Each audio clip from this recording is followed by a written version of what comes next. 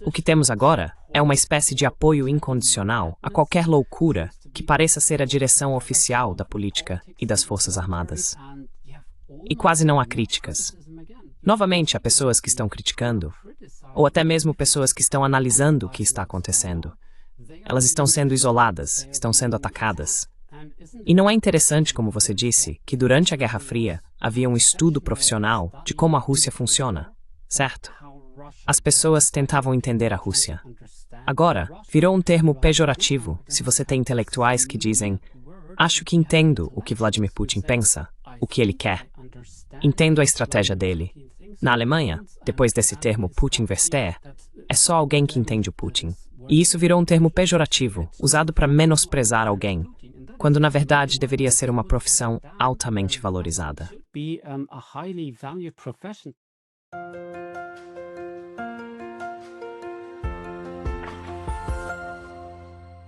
Hello everybody. This is Pascal from Literality Studies. Olá a todos, aqui é o Pascal do Literality Studies e hoje estou conversando novamente com o Dr. Jonas Tögl, um pesquisador alemão de propaganda que trabalha no Instituto de Psicologia da Universidade de Regensburg. Ele é autor dos livros em alemão War Games, Como a OTAN e o Pentágono Simulam a Destruição da Europa e Guerra Cognitiva, as mais recentes técnicas de manipulação como uma categoria de arma da OTAN.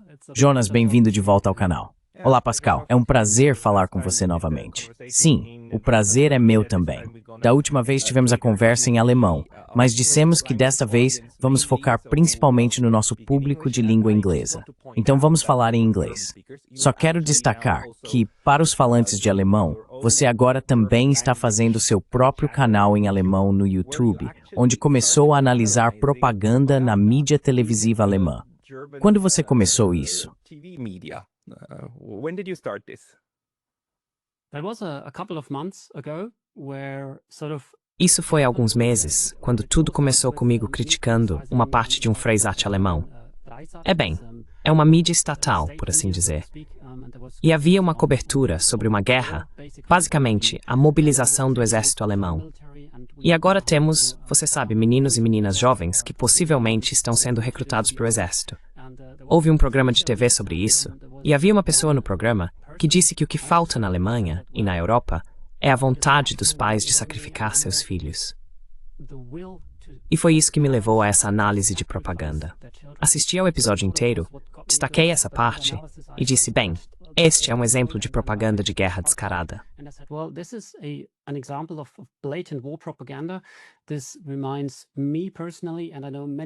Isso me lembra pessoalmente, e sei que muitas pessoas que ouviram pensaram o mesmo.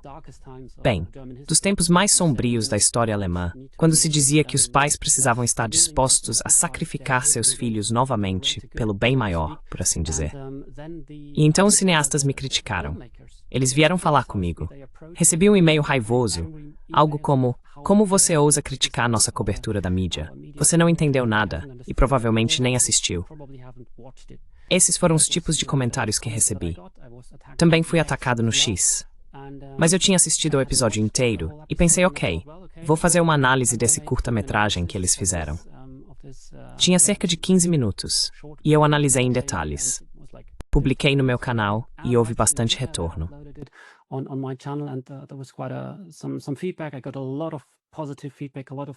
Recebi muitos comentários positivos, muitos e-mails, e é ótimo ver que muitas pessoas entenderam que existe propaganda de guerra, o que é um passo muito importante para compreender o que está acontecendo e para estar preparado para essa batalha contínua, essa batalha constante por nossos corações e mentes. Recebi muitos comentários positivos e as pessoas me perguntaram, você poderia analisar isso? Você poderia analisar aquilo?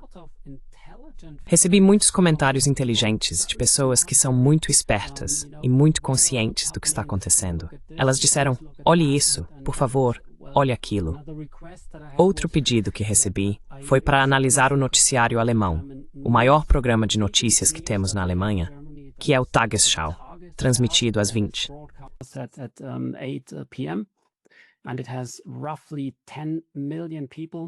E tem cerca de 10 milhões de pessoas, em média, todos os dias que assistem ao Tagesschau. Então eu disse para mim mesmo, bem, Faz muito tempo que não assisto porque simplesmente te coloca pra baixo. Sabe, são uns 15 minutos de morte, destruição, corrupção, crimes de guerra, seja o que for. E sabe, isso não é saudável, eu diria. Não faz bem pro seu humor. Então eu disse pra mim mesmo, vou fazer isso agora. Vou assistir uma semana de Tagesschau e tentar usar minhas ferramentas analíticas para detectar propaganda. Mas tive que parar depois de 3 dias assistindo ao Tagesschau. Então tivemos 45 minutos dessas coberturas de notícias, porque havia tanto material que pensei, ok, se eu for fazer uma semana inteira, vai ser demais.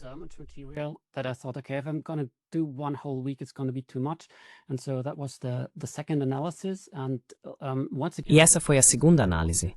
E mais uma vez, o feedback foi muito positivo. O que pude mostrar, e isso também foi uma surpresa para mim, por não assistir ao Tagesschau há tanto tempo, foi o quão habilidosa, mas também o quão descarada, a propaganda realmente aparece no telejornal mais assistido da Alemanha.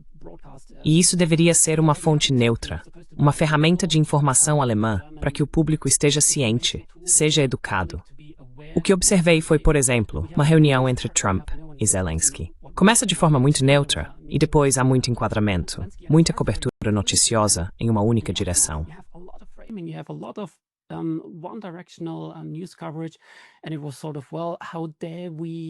E foi meio que, bem, como ousamos, sabe, pensar em paz? Claro que queremos paz. Sim, sempre temos que dizer, claro, queremos paz. Mas e então, nesse ponto, você tem todo o pacote de a Rússia é a agressora. Não quer paz, ainda está matando pessoas.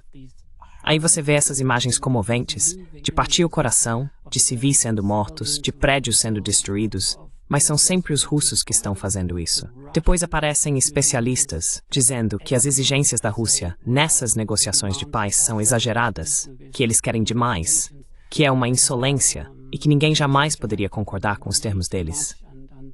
E por isso temos que continuar enviando armas para a Ucrânia.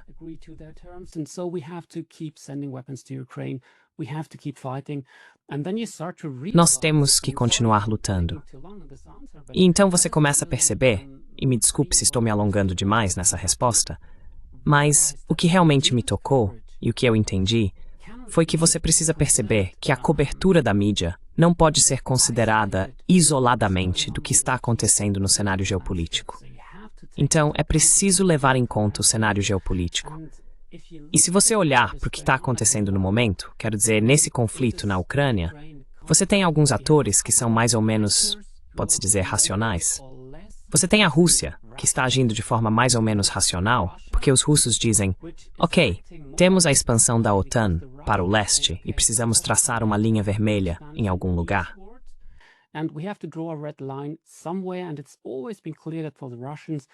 E sempre ficou claro que para os russos, uma possível adesão da Ucrânia à OTAN é uma linha vermelha. Porque você sabe, isso significaria possíveis sistemas de mísseis e soldados, etc., muito próximos da fronteira deles.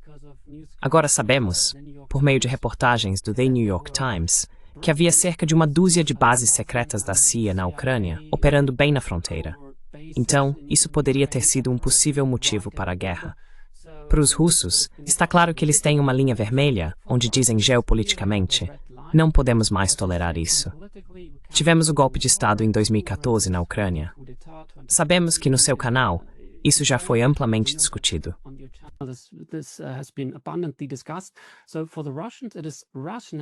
Para os russos, isso é racional e está de acordo com seus próprios interesses.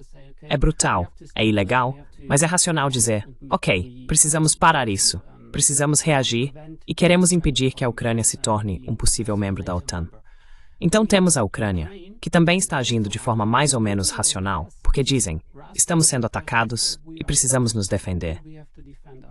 Não é todo ucraniano que diz isso, porque sabemos que só na Alemanha há 200 mil homens que poderiam lutar na guerra e dizem não queremos dar nossas vidas por essa loucura, só queremos viver. E isso é absolutamente compreensível.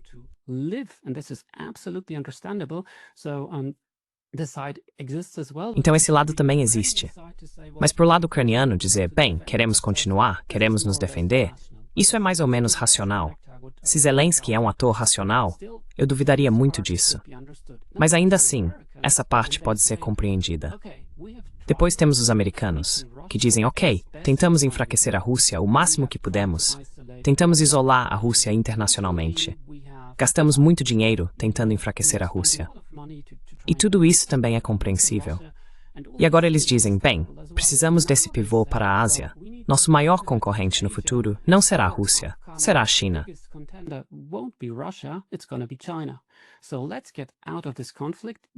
Então, vamos sair desse conflito. Não podemos vencer esse. Vamos nos retirar e tentar reagrupar nossas forças para estarmos prontos para o próximo conflito com a China. Isso é racional. E o único ator em todo esse conflito, e isso se reflete diretamente no que a mídia nos diz, é a Alemanha e a Europa.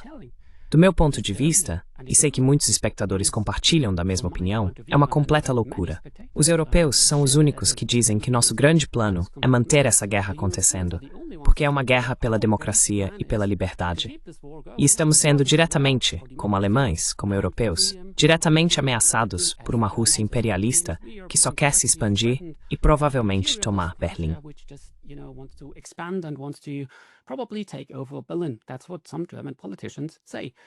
É isso que alguns políticos alemães dizem. E você pergunta, ok, então qual é o seu plano? Bem, nosso plano é continuar apoiando a Ucrânia. Sério? E isso está funcionando bem? Bem, talvez já haja 1 milhão, talvez mais, de ucranianos mortos, mas achamos que vai dar certo. Só precisamos enviar mais armas. Sério. Então qual é o objetivo final? Bem, nosso objetivo final é derrotar a Rússia. E você diz sério, você quer derrotar a maior potência nuclear do planeta? Você acha que isso é uma boa ideia? Bem, não sabemos, mas vamos continuar tentando. Esse é mais ou menos o plano de batalha.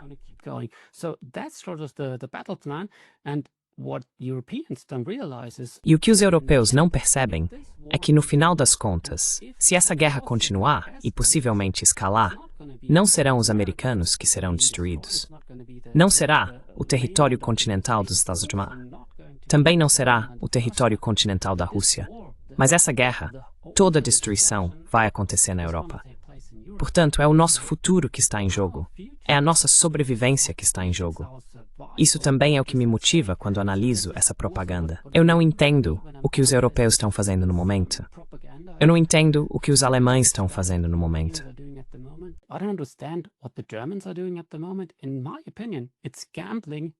Na minha opinião, isso é apostar na própria destruição.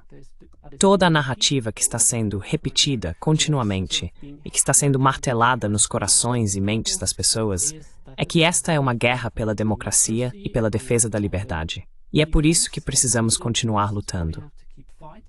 O que não está sendo dito é que esse é um ponto de vista completamente irracional que pode levar à nossa própria destruição. É por isso que digo que precisamos entender o que está acontecendo na luta por nossos corações e mentes para podermos compreender o que está acontecendo geopoliticamente. Precisamos desesperadamente de um movimento pela paz forte e barulhento na Europa e na Alemanha novamente. É isso que me motiva. E sei que também motiva você. Precisamos fazer com que as pessoas percebam o que está acontecendo. E precisamos de um forte desejo de paz vindo do público.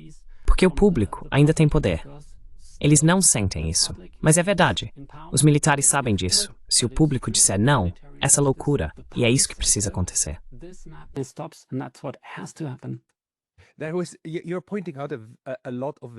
Você está destacando muitas coisas muito importantes, mas uma das principais que você acabou de mencionar é que existe algum tipo de interação aqui entre a propaganda que vemos agora nas telas de TV alemãs, mas também suíças e francesas. E essa irracionalidade, e quando falamos em irracional e racional, não estamos dizendo bom ou ruim. Ninguém deve confundir isso. Quando você diz que os russos estão agindo de forma racional, não quer dizer que é bom eles terem invadido a Ucrânia. Quer dizer que faz sentido dentro do referencial deles, que é uma interpretação compreensível da realidade. Temos interpretações diferentes da realidade, e dentro delas, esses atos fazem sentido.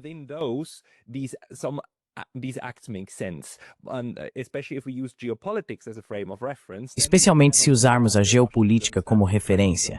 Então conseguimos entender os russos, entendemos os ucranianos, entendemos os americanos, mas os europeus, dentro de um quadro geopolítico, não fazem sentido.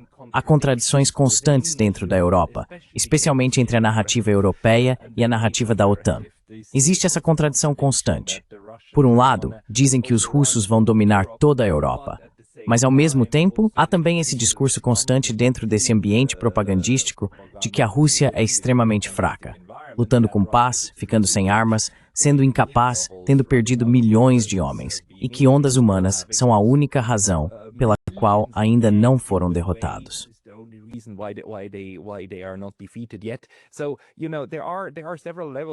Então veja, há vários níveis de irracionalidade acontecendo, mas eles estão trabalhando juntos ou provavelmente se reforçando mutuamente com a propaganda que estamos vendo.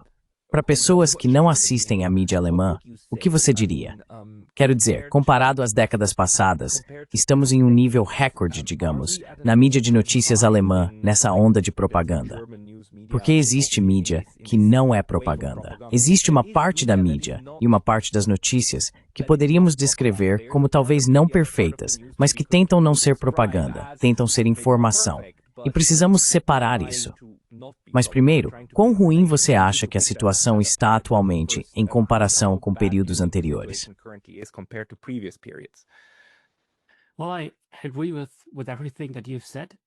Bem, eu concordo com tudo que você disse. E eu diria que, de fato, essa é a minha análise, está pior do que nunca. Porque estamos nessa, como você chama, guerra cognitiva, que é a forma mais avançada de manipulação que existe hoje. E isso acontece todos os dias. Essas são declarações oficiais de documentos da OTAN, que eu li, sobre guerra cognitiva. Essa é a análise. E claro, concordo com você que do ponto de vista humano e humanitário, e do ponto de vista da democracia, e de como devemos tratar uns aos outros, nenhuma guerra pode ser justificada. Nenhuma guerra pode ser compreendida. E claro, isso também é verdade para a invasão russa, que é ilegal e trouxe grande sofrimento, morte e destruição ao povo. Então eu concordo plenamente com você nesse ponto.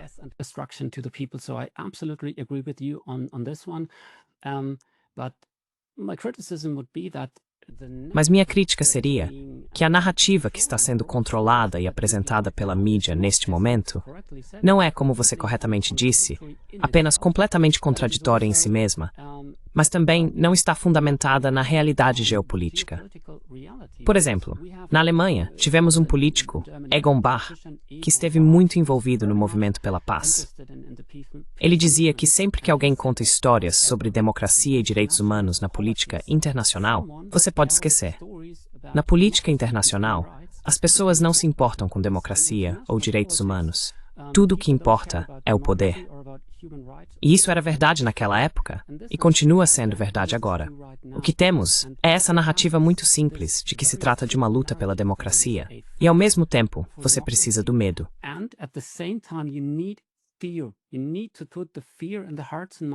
Você precisa incutir medo nos corações e mentes das pessoas.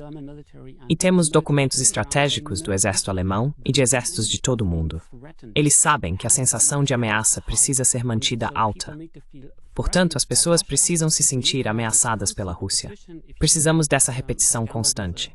Se você pensar no escândalo recente com os drones, essa repetição constante de que existe uma ameaça direta de uma Rússia imperialista que quer conquistar não só a Ucrânia é apenas o ponto de partida, e a partir daí, eles vão tomar cada vez mais países na Europa. Essa ameaça precisa ser mantida alta, as pessoas precisam sentir essa ameaça. E sabemos, estatisticamente, que há uma correlação muito alta entre esse medo e o apoio à guerra, o apoio ao envio de armas.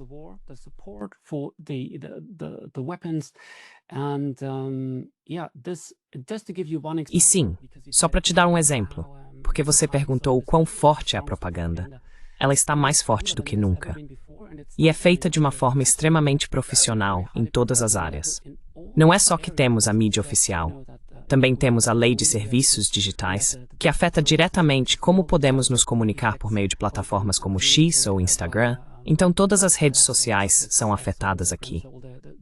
Temos essa luta contra a desinformação, e eu publiquei alguns artigos, e sei que há outros pesquisadores que fazem o mesmo, onde dizemos claramente que a luta contra a desinformação é absolutamente desonesta, porque não se pode definir desinformação.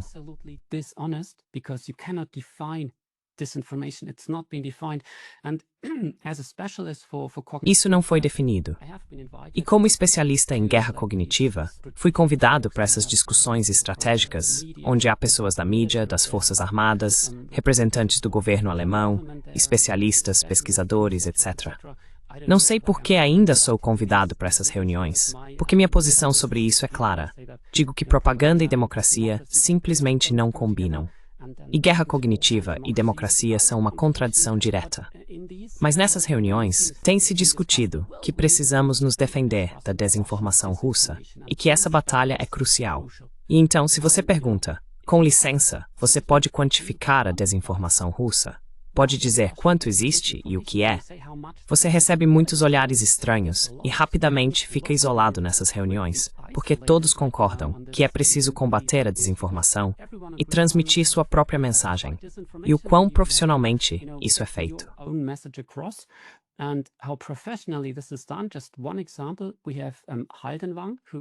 Só um exemplo. Temos Haldenwang, que foi chefe do Serviço de Inteligência Interno da Alemanha, e ele disse que existe um departamento na inteligência alemã que observa muito de perto quais narrativas estão circulando na mídia todos os dias. Se surge uma narrativa, talvez através da mídia que você mencionou, o tipo de mídia alternativa, ou mídia interessada em discussões honestas sobre geopolítica, ou interessada na paz, seja qual for essa mídia, se surge uma narrativa que vai contra, por exemplo, a ideia de uma grande ameaça russa, eles têm especialistas, equipes especiais, que podem reagir diariamente e combater essas narrativas. Eles têm seus próprios especialistas e seus próprios programas de TV que podem ser produzidos muito rapidamente para imediatamente combater essa narrativa. E esse é só um exemplo. Neste fato, o 28 de horas de silêncio que o tempo lê-se nesse tema.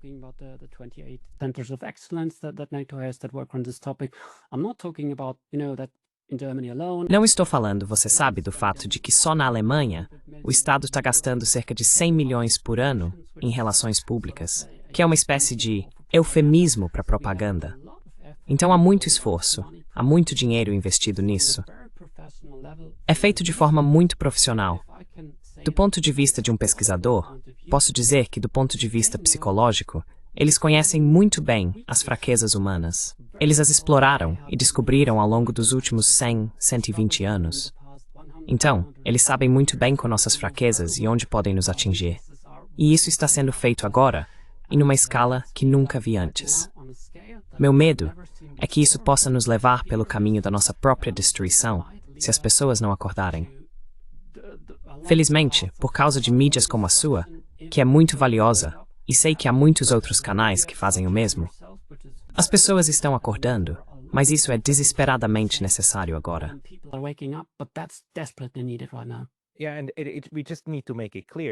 Sim, e só precisamos deixar isso claro, porque é difícil de compreender, mas é absolutamente verdade. O que você está falando não é algo que a OTAN e o governo alemão fazem às escondidas, atrás de portas fechadas, em algum bunker secreto. Eles fazem isso abertamente. Existem reuniões sobre guerra cognitiva. Existem especialistas em guerra cognitiva.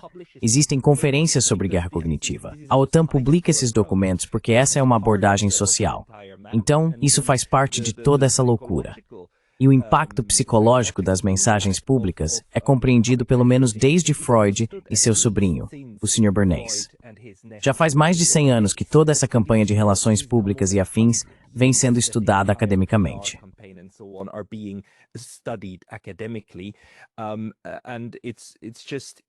É difícil até imaginar, mas isso faz parte de como, aparentemente, as sociedades europeias e transatlânticas funcionam hoje em dia. Que isso faz parte do modo como o Estado também opera, que eles têm esses diferentes braços e setores que trabalham para influenciar. E pelas nossas últimas conversas, eu aprendi que dentro da chamada guerra cognitiva da OTAN, Não necessariamente doutrinas, mas documentos. Há uma divisão clara entre a guerra cognitiva voltada para populações externas e para a população interna, certo? Para a própria população deles. E isso é extremamente problemático. E aparentemente, essas pessoas nem percebem o quão desonesta é a abordagem delas quando dizem: precisamos nos defender da guerra cognitiva dos outros, mas precisamos aplicar nossa própria guerra cognitiva à nossa população para fazer o bem. Inés Tevez Kverese. Can you maybe speak to that? Yeah, I mean, absolutely. Just think of the statement that Sim, quero dizer absolutamente. Só pense na declaração de que vamos defender a democracia e vamos defender o discurso aberto, censurando todos que são contra isso. Isso não faz sentido. Se você é a favor do discurso aberto, então sabe, você tem que respeitar que existe um homem, um voto, uma voz. Esse princípio básico da democracia não está sendo respeitado de forma alguma pela guerra cognitiva da OTAN e por essas declarações. E sim, é verdade. Como você disse, temos discussões em andamento agora, só para você ver o quão deliberadas e avançadas são essas técnicas de manipulação. Temos discussões em andamento que dizem, bem, temos 5 domínios de ação para a OTAN agora: terra, solo e mar. E depois temos o espaço e o ciberespaço. Earth, land and sea, and then we have space and cyberspace. So these 5 domains of operation. Então esses 5 domínios de operação nós já temos. E nesse momento está em andamento a discussão sobre a criação de um 6º domínio de operações. E é disso que se trata a guerra cognitiva. E esse 6º domínio de operações, esse seremos nós, o ser humano. Então, toda a distinção que está sendo discutida é: será que vai ser o domínio humano, ou seja, o ser humano como um todo, ou será, e apenas entre parênteses, será apenas o cérebro humano? Mas está claro que esse 6º domínio de operações vai surgir, e ele vai oficialmente tornar cada ser humano o centro direto dessa forma muito avançada de guerra cognitiva, guerra psicológica e técnicas de manipulação, das quais somos alvo todos os dias.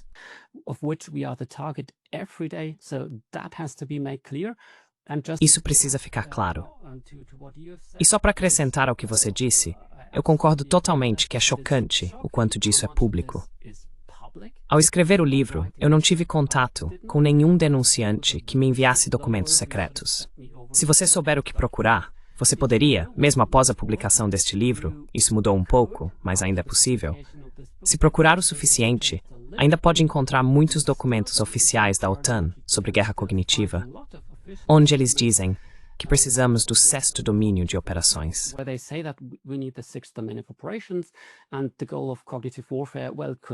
E o objetivo da guerra cognitiva pode ser populações estrangeiras. Se você convencer essas populações, por exemplo, a se livrarem de seu líder, então você não inicia uma guerra porque alcança seu objetivo por meio da guerra cognitiva. Mas eles também dizem que, bem, claro, e essa é a história oficial, estamos sob ataque da guerra cognitiva russa, que existe. Estamos sob ataque da guerra cognitiva chinesa, que existe. E agora precisamos contra-atacar. E essa é a história oficial, porque os militares sempre dizem que estão apenas se defendendo e enfrentando ameaças estrangeiras.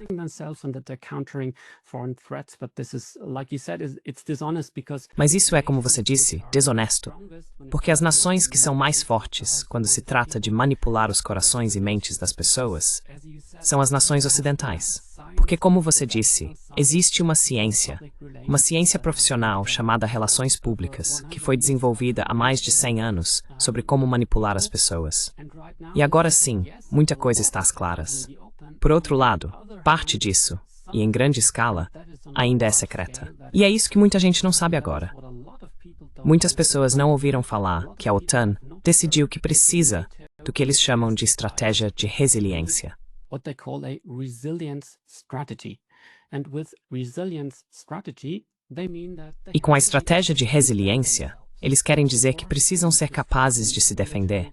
Então é claro que precisam fortalecer suas forças armadas. Precisam de novos tanques, novos mísseis, novos caças, helicópteros e o que mais for necessário. Assim, há centenas de bilhões agora saindo do dinheiro dos contribuintes. É por isso que as pessoas estão ficando mais pobres, mas isso seria outra parte da história. Isso entra nos gastos militares, que estão sendo aumentados significativamente na Europa neste momento. Na Alemanha, só para dar uma ideia da escala, temos cerca de 200 bilhões por ano sendo gastos atualmente com o setor militar. Quantias incríveis de dinheiro.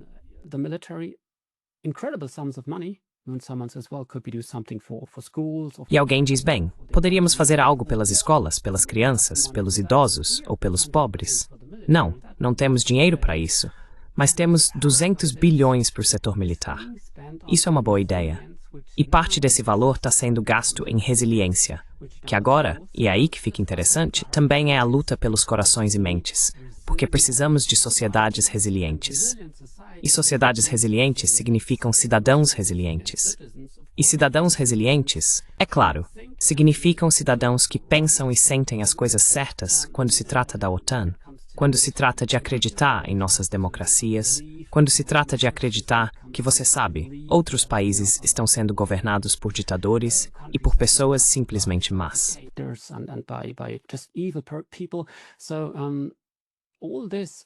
Então, tudo isso, essa luta por corações e mentes, faz parte da estratégia de resiliência da OTAN.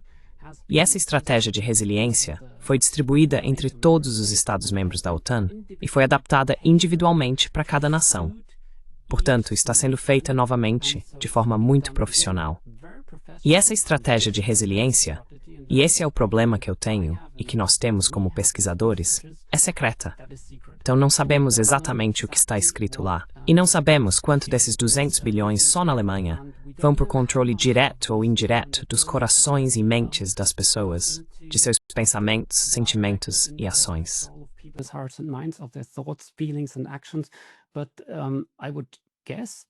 Mas eu diria que é bastante coisa, e isso é um problema. Precisamos exigir que essa estratégia de resiliência seja tornada pública, e precisamos saber exatamente o que está acontecendo. Porque o medo é que, com o aumento, qual seria a melhor palavra para descrever isso? Provavelmente insanidade. A crescente insanidade da Europa e da Alemanha, se eles estão com tanta sede de guerra, é que não só mais tanques, mísseis, etc. serão comprados, mas o ódio e o medo da Rússia e o ódio aos russos vão aumentar a um nível que pode nos levar à guerra. Então esses são desdobramentos muito perigosos. Alguns estão às claras, outros são secretos. Mas sim, o caminho está claro, infelizmente.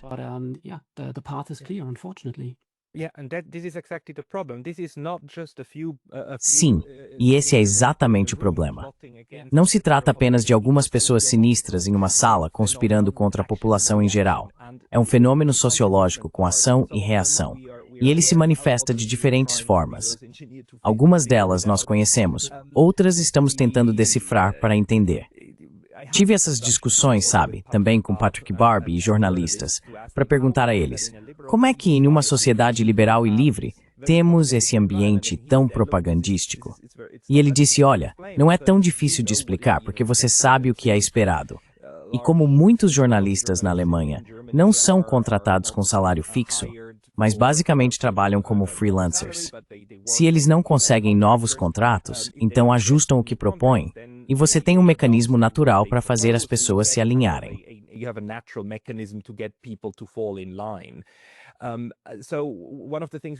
Então, uma das coisas que não entendemos é quanto da análise de mídia que você está fazendo faz realmente parte da estratégia de resiliência da OTAN e está sendo diretamente influenciada.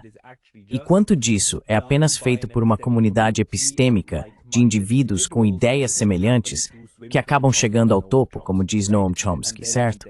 E então direcionam tudo. Mas você tem algum palpite sobre quanto da propaganda que estamos vendo atualmente é realmente implementada de forma intencional e quanto está simplesmente acontecendo de maneira muito, muito natural?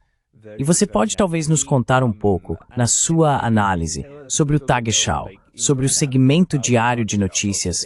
Por que você acha que ele é tão bem estruturado, bem feito e implementado como propaganda?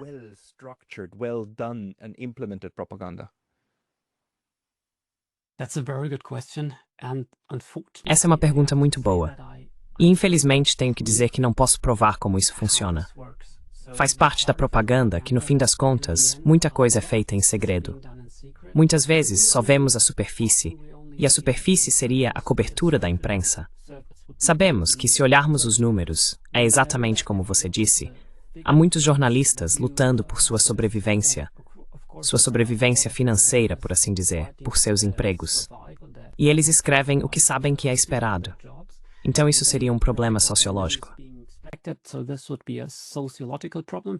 I'm not a sociologist, but I can understand that, of course, if you... Não sou sociólogo, mas consigo entender que, claro, se o seu emprego e sua renda estão em risco, você vai ajustar o que escreve e para onde direciona a sua pesquisa. Então, isso faz parte do problema. Também sabemos que, se contarmos os jornalistas e os especialistas em relações públicas nos países ocidentais, não é igual em todos os países, mas, em média, temos uma proporção de 60-40. Ou seja, temos 60% de especialistas em relações públicas e cerca de 40% de jornalistas. Isso dá uma ideia de como o setor de mídia é desequilibrado. Temos mais pessoas interessadas em manipular notícias, ajustar informações e controlar corações e mentes do que pessoas interessadas em uma cobertura jornalística verdadeira e independente. News coverage. So that is part of the problem. Então esse é parte do problema. Com base na minha análise do programa Target, só posso dizer que essas coisas existem. Que sempre começamos com um tipo de cobertura jornalística muito neutra. Eu chamo isso, e é chamado na psicologia, de princípio do pé na porta. Quando você está discutindo com alguém, mesmo que tenha uma opinião diferente, se uma pessoa quer convencer a outra, é colocar o pé na porta e estabelecer algum tipo de terreno comum onde a outra pessoa concorde com você. A partir daí, você pode expandir.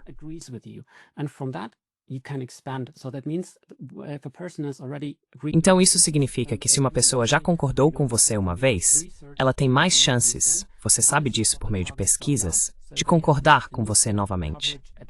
E é isso que o programa Target faz. Primeiro, eles apresentam uma cobertura neutra, onde convencem as pessoas de que são sérios, neutros e imparciais. E então o programa continua, e você passa a ter muita cobertura de notícias tendenciosa depois disso. Como dissemos, há cobertura sobre crimes de guerra russos, mas não sobre crimes de guerra ucranianos. Temos cobertura do ponto de vista ucraniano nesta guerra, mas não do russo.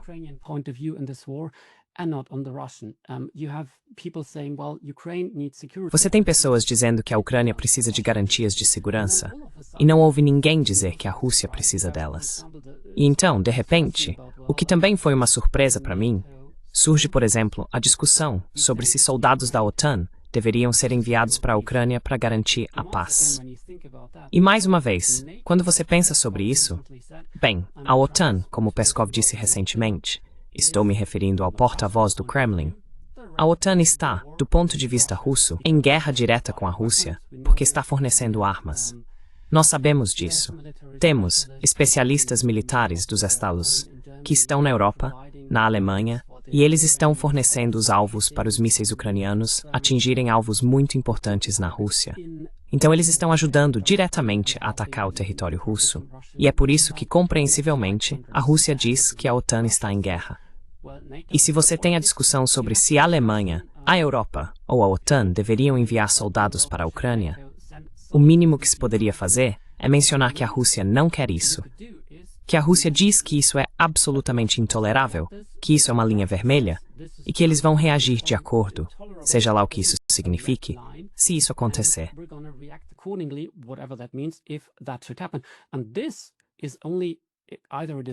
E isso ou não é mencionado de forma alguma no Tagesschau, ou aparece apenas como uma notinha de rodapé, e então surge toda a discussão sobre se a OTAN deve enviar soldados para a Ucrânia. Assim, o telespectador, que talvez esteja apenas começando a se informar, pensa, bem, isso é uma cobertura jornalística meio neutra, e talvez comece a achar que deveríamos enviar soldados para a Ucrânia, esquecendo que já fazemos parte da guerra, para garantir a paz, o que é ridículo e muito perigoso. E depois disso, aparece um jovem rapaz, ou um jovem homem, dizendo, bem, estou indo me alistar no exército porque quero defender meu país, e acho que essa é uma ideia fantástica.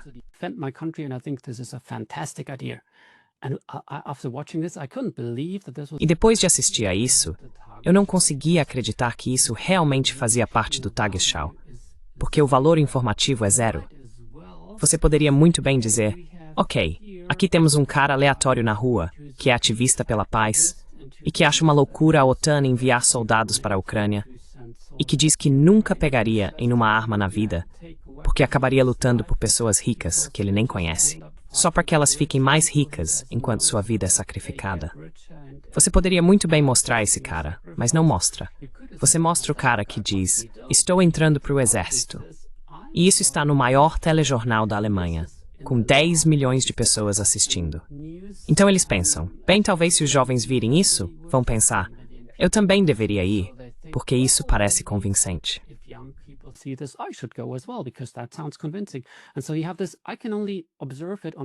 Então, você tem isso, só posso observar em um nível superficial. Sinto muito, como pesquisador, por não poder apresentar mais provas sobre isso agora. Temos provas do que Tao e Wang disseram, vindas do Serviço de Inteligência alemão.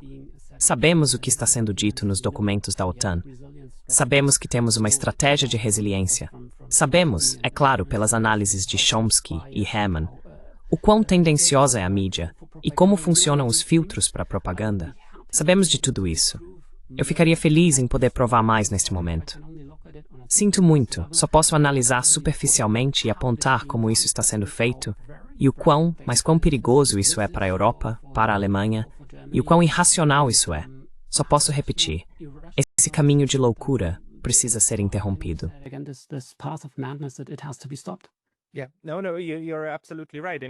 Sim, não, você está absolutamente certo. E sabe, não há nada pelo que se desculpar. Porque uma das características das sociedades que usam e implementam propaganda em larga escala para direcionar suas populações é que a caixa preta, o processo de tomada de decisão, fica cada vez mais difícil de entender, porque você não tem mais acesso a ela. Ela se protege, certo?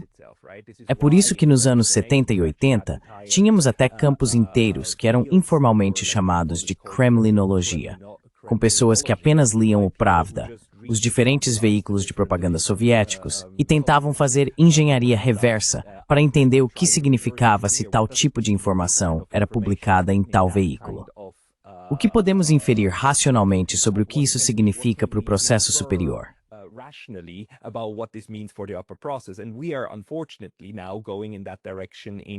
E, infelizmente, agora estamos seguindo nessa direção na Europa também, onde perdemos a capacidade de entender como funciona o processo de tomada de decisão e o que está sendo impulsionado intencionalmente versus o que realmente faz parte da ideologia por trás de tudo isso. E o que você acabou de descrever é que podemos observar, nesse programa de notícias diárias mais importante da Alemanha, que há definitivamente esse sequenciamento estratégico de informações. Como você apresenta informações para então provocar uma resposta no espectador desavisado, ou naqueles que ainda são suscetíveis a esses tipos de mecanismos de influência? E essas coisas não existiam no passado. Ou você já analisou isso? Podemos dizer que há 15 ou 20 anos, esse tipo de sequenciamento estratégico simplesmente não fazia parte do funcionamento diário das notícias.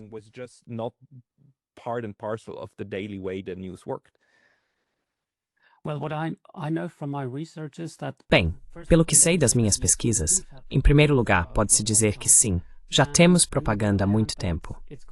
Por outro lado, chegou a um ponto em que está em uma escala tão massiva e tão disseminada que nunca vimos isso antes. E o que é definitivamente verdade? Se você pensar 10 ou 15 anos atrás, tivemos a guerra ao terror.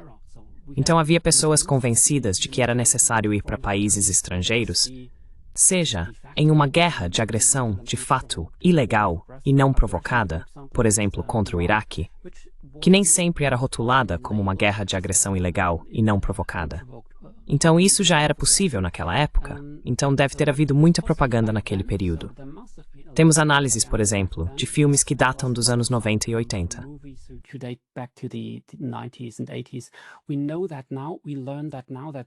Agora, sabemos disso. Descobrimos agora que milhares de filmes nunca foram produzidos porque precisariam, por exemplo, de um tanque ou de um avião, ou seja lá o que for, e o Pentágono disse não. Então sabemos que muita propaganda vem acontecendo há muito tempo. Mas eu analisei esses jogos de guerra e a Guerra Fria, e agora, que simulam o conflito entre a Rússia ou a União Soviética e a OTAN. E ficou claro que esse conflito teria destruído toda a Europa. Então, essa é a linha vermelha que você pode ver. Não importa qual era o governo, não importa qual era a doutrina da OTAN, que mudou de retaliação maciça para resposta flexível, e todos esses nomes fantásticos, no final, isso não mudou o resultado desse conflito.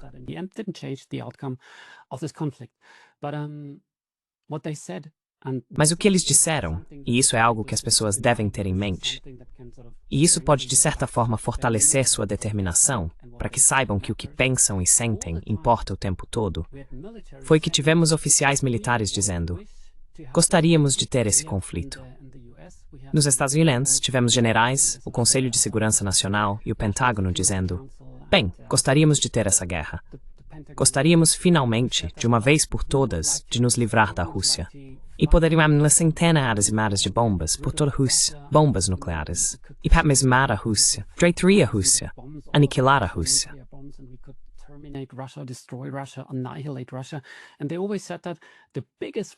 E eles sempre disseram que o maior problema que temos é que a opinião pública não nos apoiaria. Então aqui temos uma indicação clara, e eu olhei antigas coberturas jornalísticas na Alemanha, de uma revista chamada Der Spiegel, que eu não recomendaria agora, mas eles eram muito críticos desses jogos de guerra e faziam ótimas análises sobre o que iria acontecer com a Europa e com a Alemanha. E podemos dizer claramente que sim, a mídia durante a Guerra Fria era diferente de como é agora.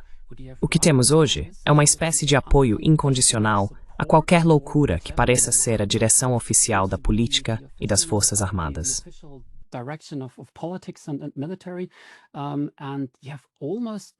E você quase não vê críticas novamente. Existem pessoas que estão criticando, ou até mesmo pessoas que estão analisando o que está acontecendo. Elas estão sendo isoladas, estão sendo atacadas. E não é interessante, como você disse, que durante a Guerra Fria havia um estudo profissional sobre como a Rússia funciona. As pessoas tentavam entender a Rússia. Agora, virou um termo pejorativo. Se você tem intelectuais que dizem: acho que entendo o que Vladimir Putin pensa, o que ele quer, entendo a estratégia dele. Na Alemanha existe essa palavra Putin verstehe. É simplesmente alguém que entende o Putin, e isso virou um termo pejorativo.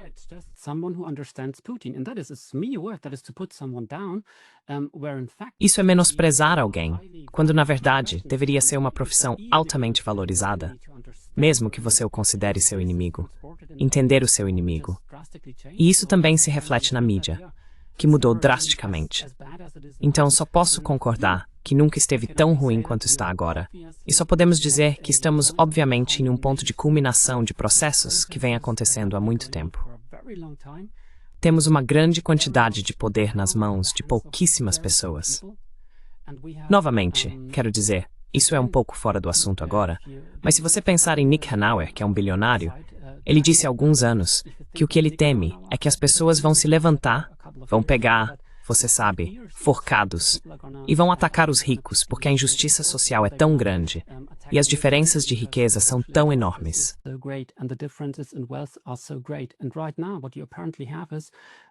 E neste momento, o que aparentemente temos é que a diferença de riqueza é maior do que nunca. E obviamente há muito medo entre as elites. Esse medo está sendo transmitido pela mídia, mas não como o medo dos ricos perderem sua riqueza, e sim como o medo de um agressor externo, de um vírus, ou seja lá o que for. Esses medos estão sendo alimentados, mantidos em um nível totalmente irracional. E isso pode muito bem significar que não estamos apenas no ponto culminante dessa propaganda, mas também, mais uma vez, no ponto culminante das tensões geopolíticas, das tensões militares. O medo agora é que basta uma faísca para incendiar toda essa confusão. Agora é o melhor momento para perceber que essas guerras estão sendo travadas por pessoas muito ricas, que precisam expandir sua riqueza.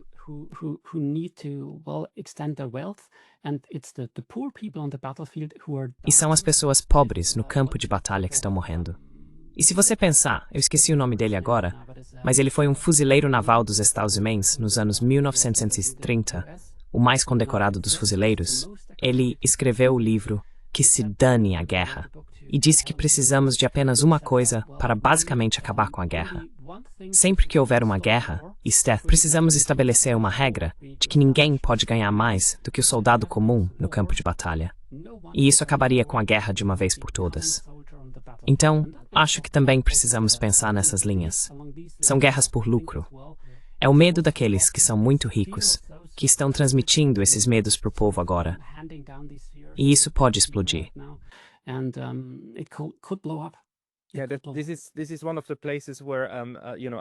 Este é um dos casos em que o marxismo acadêmico, como um prisma interpretativo, ajuda a entender como as forças do capitalismo desenfreado realmente criam certas pressões sociológicas que acabam levando à propaganda.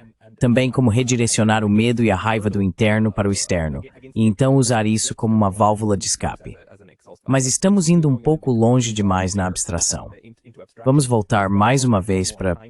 Desculpe, sobre o que eu estava pensando mesmo. Sobre como essa máquina de propaganda, como diferenciamos propaganda de informação adequada. E você sabe, muita gente pensa, informação é simplesmente o que realmente aconteceu no mundo.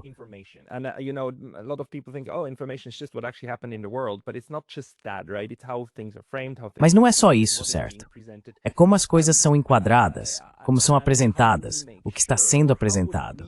E como garantimos, ou como testaríamos, que não estamos fazendo parte disso? Um experimento mental. Vamos supor que você e eu fôssemos realmente alvo de uma guerra cognitiva russa de verdade. Vamos apenas supor isso. E eles conseguiram nos atingir. Então, sem querer, nos tornamos idiotas úteis de Putin, certo? E estamos, de fato, fazendo a propaganda do Kremlin para eles. Como você e eu começaríamos a perceber que é isso que está acontecendo? Ou como você entende se alguém está envolvido em propaganda ou na legítima defesa de suas opiniões no espaço público?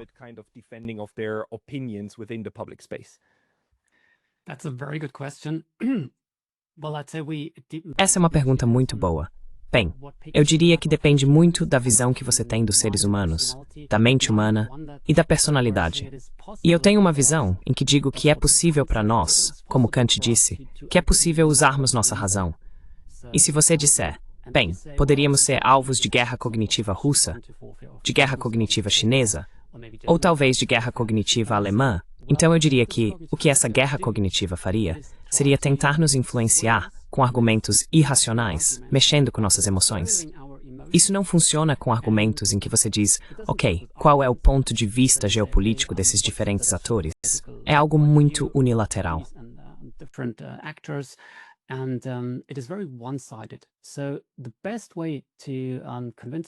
Então, a melhor maneira de convencer as pessoas e de justificar seu próprio ponto de vista é analisar diferentes mensagens e informações, até mesmo aquelas que se contradizem. Você pode dizer, ok, temos a informação de que a OTAN se expandiu para o leste. Temos a informação de que houve um golpe de Estado na Ucrânia em 2014. Mas também temos a informação de que a Carta da ONU proíbe guerras de agressão e que a guerra russa, que eles ironicamente chamam de intervenção militar, o que não é uma guerra, é, portanto, ilegal.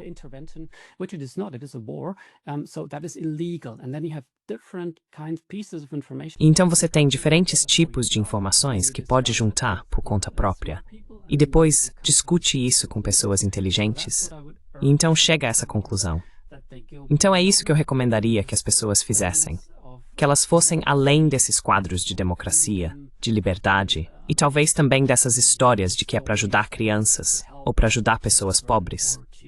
Guerras nunca são sobre pessoas pobres. Guerras nunca são sobre crianças.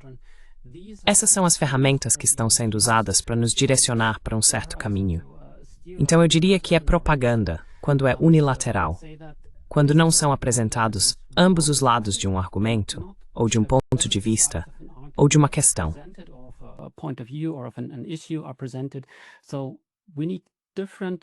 Então precisamos de diferentes perspectivas.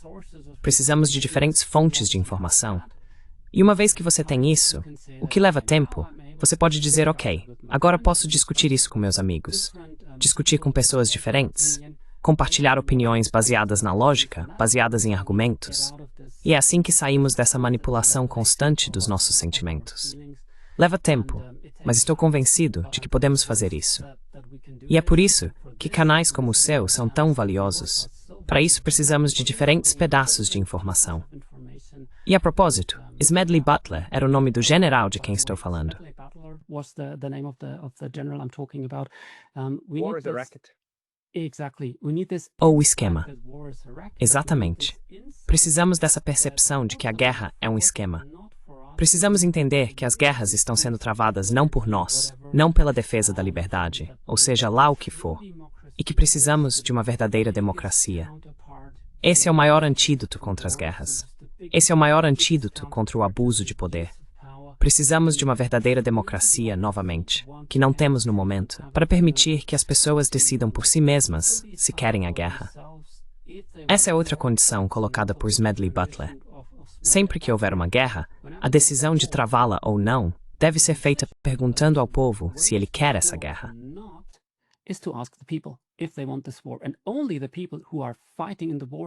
E somente as pessoas que estão lutando na guerra têm o direito de decidir se haverá guerra ou não. Você não vê Trump, Putin, Zelensky, Starmer ou Macron. Você não vê essas pessoas no campo de batalha segurando uma arma.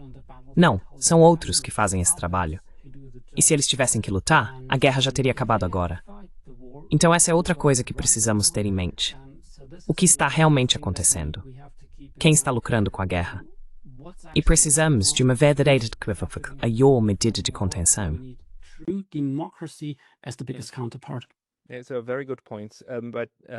Esse é um ponto muito bom. Mas só para voltar à questão de como as pessoas devem verificar se algo é propaganda, essa foi uma dica muito útil. Verificar se a informação ou o que quer que esteja sendo apresentado está tentando provocar uma resposta emocional em vez de uma intelectual. E, em segundo lugar, é racional. Faz sentido se você pensar nas diferentes etapas do argumento? Quero dizer, existe algo mais que as pessoas deveriam tentar observar no dia a dia para distinguir representações honestas de opiniões de propaganda.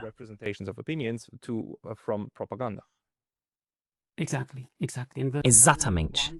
Exatamente.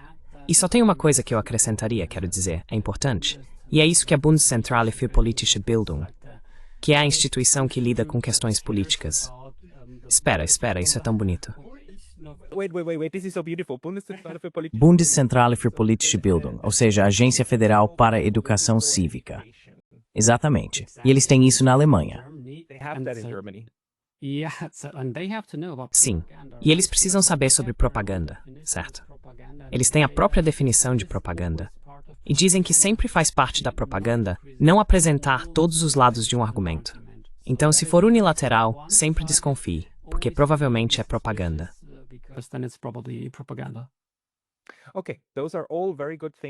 Certo, esses são todos pontos muito bons para ficar atento e fico muito feliz por todas essas dicas práticas.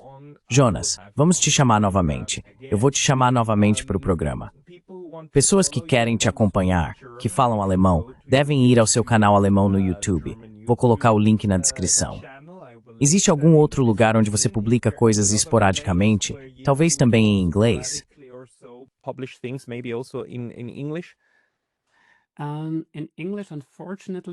Em inglês, infelizmente no momento não, mas vou tentar expandir isso. Mas para todo o público da Alemanha, Áustria e Suíça, vocês podem me encontrar no Instagram, X e Telegram. É lá que eu posto e compartilho informações sobre o meu trabalho constantemente. E eu só quero agradecer também por essa conversa fascinante. Acho que foi interessante e para mim também foi inspirador. Quero agradecer a você também pelo trabalho muito, muito valioso que você faz todos os dias. Muito obrigado. E da mesma forma, quero dizer, o fato de você estar começando a distribuir isso amplamente agora é muito, muito importante. Então, por favor, continue com isso e conversaremos novamente. Jonas Togel, muito obrigado pelo seu tempo hoje. Obrigado. Thank you.